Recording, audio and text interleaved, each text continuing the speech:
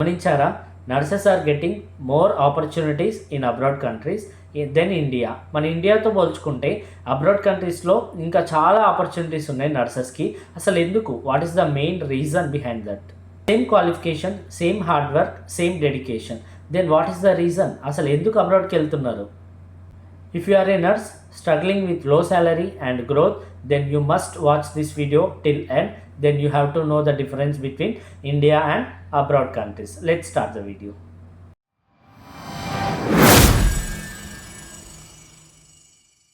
So first one, huge demand ఎక్కువ ఉంటుంది వేరే కంట్రీస్లో.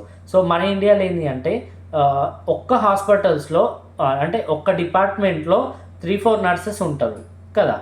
కానీ అబ్రాడ్లో అట్లా ఉంటారు, కొంచెం తక్కువనే ఉంటారు. ఎందుకంటే వాళ్ళకి మరీ అంత మన ఇండియన్ నర్సెస్కి తెలిసినంతగా వేరే నర్సెస్ చేయలేరు ఆ పని కూడా. మనం ప్రతి ఒక్కటి మార్నింగ్ నుండి ఈవినింగ్ వరకు అయినా మౌత్ టు యానల్ కేర్ వరకు ప్రతి ఒక్కటి మనం ప్రాపర్గా చేస్తాం. బట్ ఇక్కడ అంతగా అంతా ఏదో అట్లా నడిపిస్తారు. బట్ ఇండియన్ నర్సెస్ చాలా డిమాండ్ ఉంటుంది ఇండియన్ నర్సెస్కి. అందుకనే కదా వాళ్ళకి ఎట్లా అంటే వాళ్ళ సైడ్ పాపులేషన్ ఎక్కువ ఉంటుంది, బట్ నర్సెస్ తక్కువ ఉంటారు. అప్పుడు ఏం చేస్తారు, వేరే కంట్రీస్ నుంచి హైరింగ్ చేసుకుంటారు. అందులోనూ మన ఇండియన్స్ చాలా ఎక్కువ మంది ఉంటారు. సో అట్లా ఉంటుంది అనమాట. పేషెంట్స్ ఎక్కువ ఉంటారు, బట్ మన మెడికల్ ప్రొఫెషనల్స్ తక్కువ ఉంటారు. సో అందుకనే మెడికల్ ప్రొఫెషనల్స్ని మన ఇండియా నుంచి చాలామంది అబ్రాడ్కి అయితే హైరింగ్ చేసుకుంటారు. Second one, salary. దీని గురించి చెప్పాలంటే ఇప్పుడు మీరు అబ్రాడ్కి వెళ్ళాలి అంటేనే దీనిపైన డిపెండ్ అయి ఉంటారు మీరు కదా. సో ఎవరు అడిగినా సరే ఫస్ట్ బ్రో ఎక్కడున్నారు, ఎలా ఉన్నారు, ఏంటి అని అడగరు. బ్రో మీరు సౌదీలో వర్క్ చేస్తున్నారు కదా, ఎంత ఉంటుంది శాలరీ, మనం ఎంత సేవింగ్ చేసుకోవచ్చు. సో ఇదే పాయింట్. ఇప్పుడు నేనైనా సరే వేరే ఏ కంట్రీ కన్నా వెళ్ళాలి అనుకుంటే శాలరీ ఎంత వస్తుంది అని అడుగుతా. బట్ అక్కడ ప్రాసెసింగ్ ఎట్లుంది ఇదంతా పక్కన పెట్టేస్తే ఫస్ట్ మనం అడిగేది శాలరీ గురించే. సో మన లైఫ్ మొత్తం డిపెండ్ అపాన్ అవర్ శాలరీ. మనం ఏం పని చేస్తున్నాం, మనకి ఎంత వస్తుంది, మనకి ఎంత బెనిఫిట్ వస్తుంది. సో అక్కడ వెళ్ళిన దానికి మనకి అది వర్తేనా కాదా మన ఇండియాతో పోల్చుకుంటే అనేది మనం చూసుకుంటాం. సో శాలరీ ఎట్లా అంటే మన ఇండియాలో ప్రైవేట్ హాస్పిటల్తో పోలిస్తే అబ్రాడ్లో చాలా బెటర్ ఆపర్చునిటీస్తో పాటు శాలరీ కూడా చాలా బాగుంటుంది. Like above 1 lakh, 2 lakhs, 3 lakhs కూడా ఉంటుంది, డిపెండ్ అపాన్ ఎక్స్పీరియన్సెస్. సో అందులోనూ over time, allowances, incentives, so మళ్ళీ ఇంకా డ్రెస్కి, యూనిఫామ్కి అదొకటి ఇదొకటి అని ఇట్లా మీకు ఇస్తూనే ఉంటారు అమౌంట్. సో దాన్ని మీరు ఎంత సేవ్ చేసుకుంటారు, ఎంత పక్కన వేసుకుంటారు అనేది అది మీ ఇష్టం. ఇక మన సైడ్ ఇండియాలో ప్రైవేట్ హాస్పిటల్స్లో 10 to 15,000 ఇస్తారు కదా. ఆ 15 to 20,000లో మనం ఎట్లా సర్వైవ్ అవ్వగలం అని మీరు ఆలోచించే ఉంటారు. సో అందుకని అబ్రాడ్ వెళ్తారు కాబట్టి. సో అబ్రాడ్లో మాత్రం మోస్ట్లీ 1 lakh నుంచి స్టార్ట్ చేస్తే 3 lakhs, 4 lakhs పర్ మంత్ కూడా మీరు ఎర్న్ చేసుకోవచ్చు. డిపెండ్ అపాన్ కంట్రీస్ని బట్టి, అక్కడ ఉన్న కరెన్సీని బట్టి మీరు డెసిషన్ తీసుకోవచ్చు. Third one, work life balance. ఈ వర్క్ లైఫ్ బ్యాలెన్స్ ఎట్లా అంటే ఫిక్స్డ్ అవర్స్ ఉంటాయి.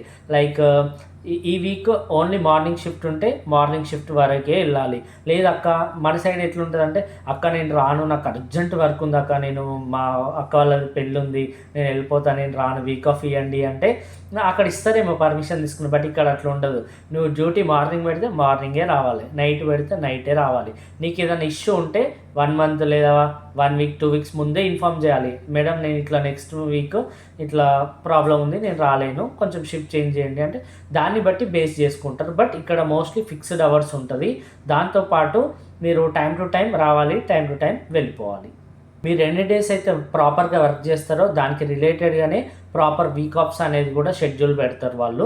సో నీకు ఈ రోజు నుంచి ఈ రోజు వరకు డ్యూటీ చేయాలి, తర్వాత ఈ 2-3 days వీక్ ఆఫ్ తీసుకో, మళ్ళీ 2-3 days నైట్ డ్యూటీ చేయి. సో ఇట్లా మీకు ఫిక్స్డ్ షెడ్యూల్ అనేది పెడతారు, డ్యూటీ రోస్టర్. దాన్ని బట్టి మనం ఫాలో అవ్వాలి ఇక్కడ. Fourth one, respect and professional value.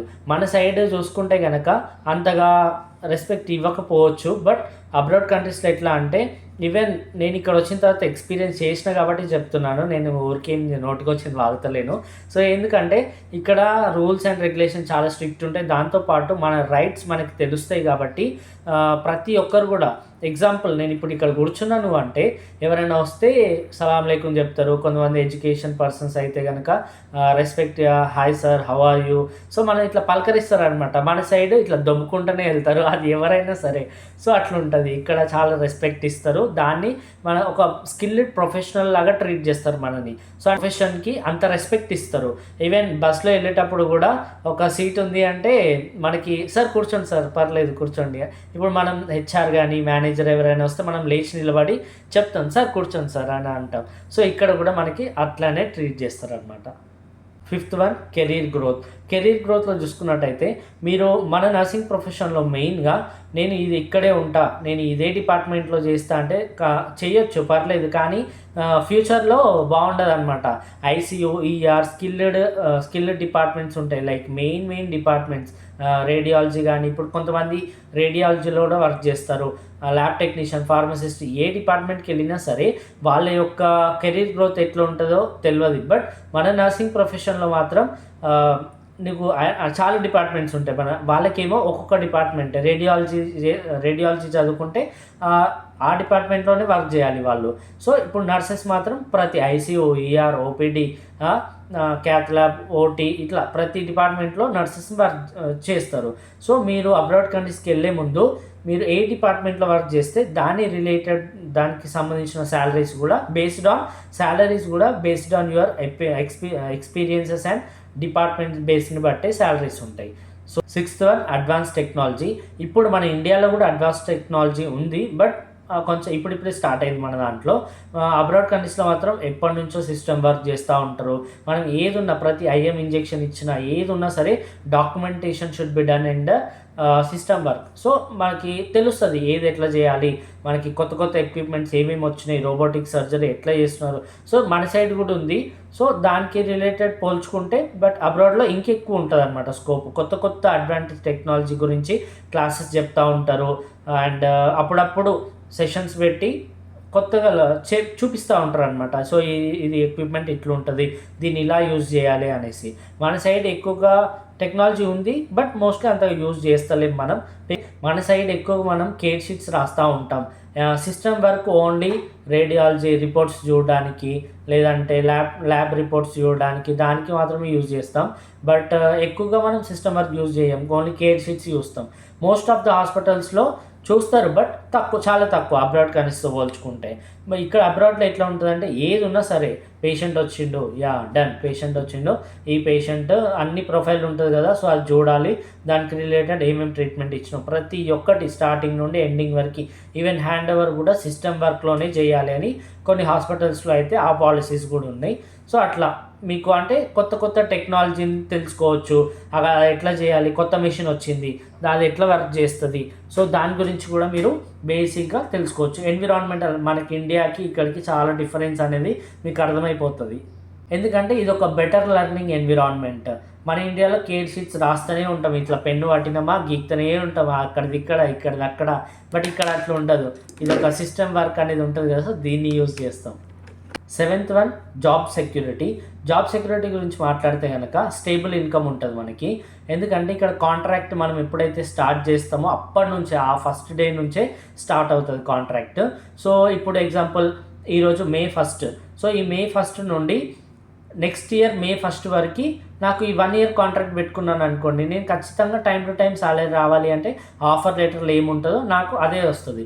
But కొన్ని ప్రైవేట్ హాస్పిటల్స్లో ఏం చేస్తారంటే, ఇక్కడ కాదు మన ఇండియాలో ప్రైవేట్ హాస్పిటల్స్లో నువ్వు ఎప్పుడైనా రిజైన్ ఇచ్చినావు అనుకోండి, దానికి 1 month 2 months ముందే అది కొంచెం కంపెన్సేషన్ పే చేయాలంటారు కదా. సో అట్లా ఉంటుంది. అబ్రాడ్ కంట్రీస్లో మాత్రం ముందుగానే చెప్పేసేయాలి, నాకు ఇట్లా నెక్స్ట్ మంత్ ఇట్లా వెళ్ళిపోతాను, నాకు కాంట్రాక్ట్ అయిపోతుంది అంటే మనకి రావాల్సిన పేమెంట్ ఏంది, ఎండ్ ఆఫ్ సర్వీస్ బెనిఫిట్ ఏంటి, లీవ్, వెకేషన్, ఇవన్నిటి గురించి కూడా వాళ్ళు ముందుగానే ఆన్లైన్ పోర్టల్స్ ఉంటాయి, ఇక్కడ ఆఫ్లైన్ కాదు ఆన్లైన్ పోర్టల్స్ ఉంటాయి, దాన్ని మనం అప్లై చేసుకోవాలి. మనకి ప్రతి ఒక్కటి, ఒకవేళ ఈ కంపెనీ వాళ్ళు నేను ఇప్పుడు వెళ్ళిపోవాలనుకున్నాను అనుకోండి, నెక్స్ట్ మంత్ నేను వెళ్ళిపోవాలి అనుకుంటే కంప్లైంట్ రైజ్ చేయొచ్చు, నాకు ఈ కంపెనీ ఇట్లా అనుకుంటే గవర్నమెంట్ త్రూ నాకు సర్టిఫికేట్ వస్తుంది, ఏది ఎక్స్పీరియన్స్ సర్టిఫికేట్ ఆన్లైన్ పోర్టల్ ద్వారా. సో మన సైడ్ అయితే అట్లా ఉండదు, ఓన్లీ వాళ్ళు హెచ్ఆర్ఏ అప్రూవ్ చేయాలి, మనకు ఒక పేపర్ ఇవ్వాలి, అది అందులో అన్నీ ప్రాపర్గా ఉండి స్టాంప్, స్టైన్ ఇవన్నీ ఉండాలి. సో ఇక్కడ ఇవన్నీ అవసరం లేదు. సో అంటే ఇస్తారు, కొన్ని హాస్పిటల్స్ ఇస్తారు, కానీ కొన్ని హాస్పిటల్స్ మనకు నచ్చకపోయినా మనం ఆన్లైన్ పోర్టల్ ద్వారా డౌన్లోడ్ చేసుకోవచ్చు. అండ్ మనం మేనేజ్మెంట్ కూడా అడగొచ్చు, సో నాకు ఇట్లా సర్టిఫికేట్ కావాలి అని. సో అట్లా ఉంటుంది అనమాట. ఏదున్నా online portal and job security కూడా చాలా బాగుంటుంది ఇక్కడ. జాబ్ సెక్యూరిటీలో ఇంకొకటి ఏంటి అంటే గవర్నమెంట్ అఫీషియల్స్ నుండి ప్రతి ఒక్కటి మనకంటూ కొన్ని రైట్స్ ఉంటాయి. కంపెనీ ఒకవేళ కంపెనీ స్పాన్సర్ మనతో బ్యాడ్గా బిహేవ్ చేసినా, శాలరీ టైం టు టైం ఇవ్వకపోయినా మనకు ఒక రైట్ ఉంటుంది, అడిగే రైట్ ఉంటుంది. దాన్ని మనం యూజ్ చేసుకోవాలి. సో ఫైనల్గా నేను కొన్ని బ్యాలెన్సింగ్ పాయింట్స్ అయితే చెప్తాను. మీరు అబ్రాడ్కి మూవ్ అవ్వాలి అనుకుంటే కనుక ఖచ్చితంగా ఒకవేళ లాంగ్వేజెస్ నేర్చుకోవాల్సిన కంట్రీస్కి వెళ్తున్నారంటే ఖచ్చితంగా పర్ఫెక్ట్ అయిన తర్వాతనే వెళ్ళండి. సో సెకండ్ వన్ వచ్చేసి ఎగ్జామ్స్. అక్కడ ఏదైనా ఎగ్జామ్స్ రాయాలి అనుకుంటే అది క్లియర్ చేసిన తర్వాతనే వెళ్ళండి, అక్కడ వెళ్ళిన తర్వాత ఇబ్బంది పడొద్దు. So third one food bed adjustment. Home sickness ఖచ్చితంగా ఉంటుంది అబ్రాడ్కి వెళ్ళిన ప్రతి ఒక్కరికి. అది ఎవరు డ్రైవర్కి వెళ్ళినా, హోమ్ మేడ్ లాగా వెళ్ళినా, జాబ్ చేయడానికి వెళ్ళినా, ఏ వర్క్కి వెళ్ళినా సరే, ఈవెన్ స్టడీ పర్పస్ వెళ్ళినా సరే కానీ మీరు హోమ్ సిక్నెస్ ఖచ్చితంగా ఉంటుంది. సో దాన్ని మనం బ్యాలెన్సింగ్ చేస్తూ ఉండాలి. అందుకే కదా మన అబ్రాడ్కి ఇండియాకి ఉన్న డిఫరెన్స్. మనం ఇండియాలో ఉంటే ఎవరన్నా రమ్మన్నా పొమ్మన్నా వచ్చిపోతాం 10 నిమిషాలు 5 నిమిషాలు. కానీ అబ్రాడ్ వెళ్ళిన తర్వాత ఎవరిని రమ్మన్నా రారు, చూసుకోమన్నా చూసుకోరు.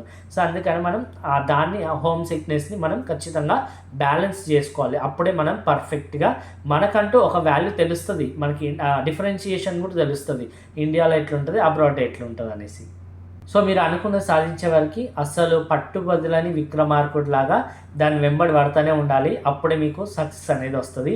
మీరు మధ్యలో మాత్రం అస్సలు మిస్ చేసుకోవద్దు, దేన్ని కూడా వదులుకోవద్దు అనమాట. సో ఐ హోప్ మీకు ఈ వీడియో నచ్చింది అనుకుంటున్నాను. సో మెయిన్ రీజన్ వచ్చేసి ఇక్కడ ఎందుకు మూవ్ ఆన్ అవుతున్నారు అంటే అక్కడ salary, benefits and future growth గురించి మాత్రమే అబ్రాడ్కి నర్సెస్ని మూవ్ ఆన్ అవుతున్నారు. సో మీకు ఈ వీడియో నచ్చింది అనుకుంటున్నాను. నెక్స్ట్ వీడియో అయితే కలుద్దాం. మీకు వీడియో నచ్చినట్టయితే మీ ఫ్రెండ్స్కి కూడా షేర్ చేయండి అండ్ మీ యొక్క ఒపీనియన్ ఏంటో కామెంట్ సెక్షన్లో కామెంట్ చేయండి గైస్. నేను ఉండటం వల్ల నెక్స్ట్ వీడియో అయితే కలుద్దాం. Bye bye.